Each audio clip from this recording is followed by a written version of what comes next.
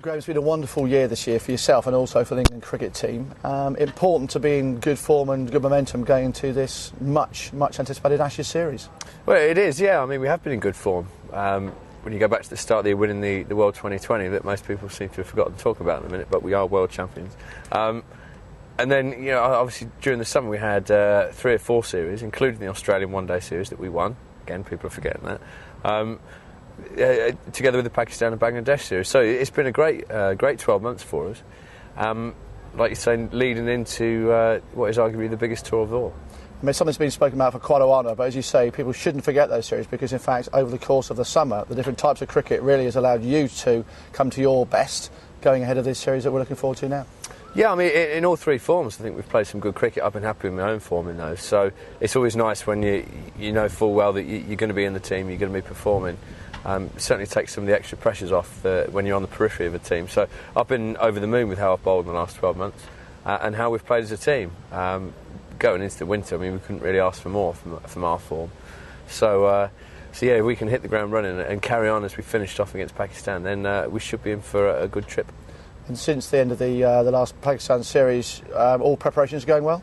Yeah, everything's good. I've had a couple of weeks off, which has been nice. Managed to grab a 3 or 4 day holiday with the wife, which was a rarity. And she managed to put up with me for 4 days without killing me, which is even more rare. So it's nice. It's nice to see the boys again. It feels like we've only just left each other's company from Bavaria, but it's nice to be back, and I think everyone's chomping at the bit to get out there.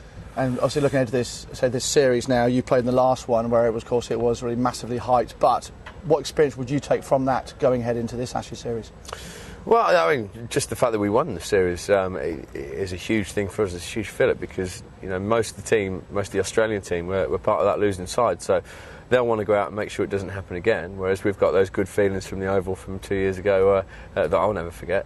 And going into Australia, knowing that we've got one over them in that Ashes and in the 2020 World Cup final and in that one-day series. So in recent competitions, we've had the better of them. So that's very good for our England team.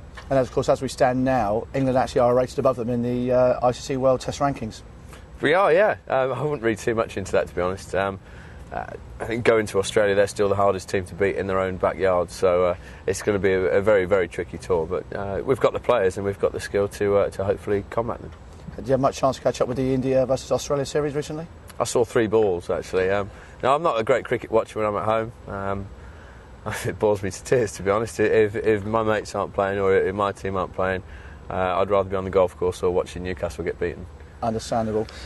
Just in that series, Sachin Tendulkar, 49th Test 100. Now, you've got a little way to go to catch it up. You must be looking forward, though, with a new gun and more range of scoring your first Test 100 in an Ashes series. Well, I've already been robbed of one last season. I don't know if you remember, I was giving out Court Gully at Lords for naught, second ball. And that was the day. I tell you, Brody went on to get 100. He's rubbish compared to me. But, I've got my new gun and more bats, and they look absolute belters. So I've just spoken to the psychologist upstairs, actually said, what are you most looking forward to? And I said, getting 100.